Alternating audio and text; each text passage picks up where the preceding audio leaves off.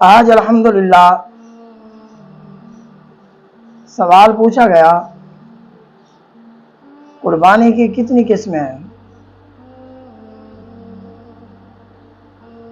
آج قربانی کی قسمیں بیان کرتے ہیں۔ قربانی کی پہلی قسم یہ ہے، اگر کسی بندے نے منت مانی، چاہے وہ غریب ہے یا امیر، اس نے کہا میرا بیٹا ٹھیک ہو جائے، یا اس نے کہا کہ میری اولاد ٹھیک ہو جائے، اس نے منت مانی، تو اس پر قربانی واجب ہو گئی۔ یہ قربانی کی پہلی قسم ہے۔ اور دوسری قسم بیان کرتے ہیں،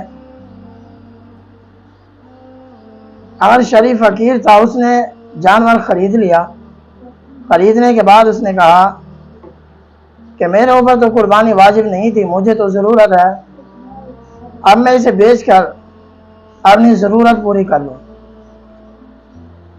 تو اب اس پر قربانی واجب ہو گئی، کیونکہ اس پر واجب نہیں تھی، اس نے خود واجب کی۔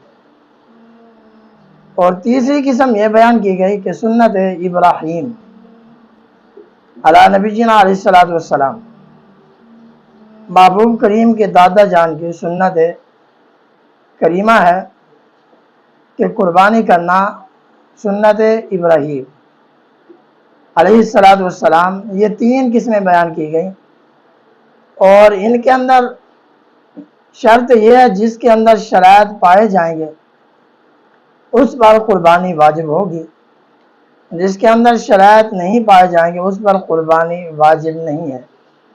یہ تین قسم کے لوگ ہیں جن پر قربانی واجب ہے۔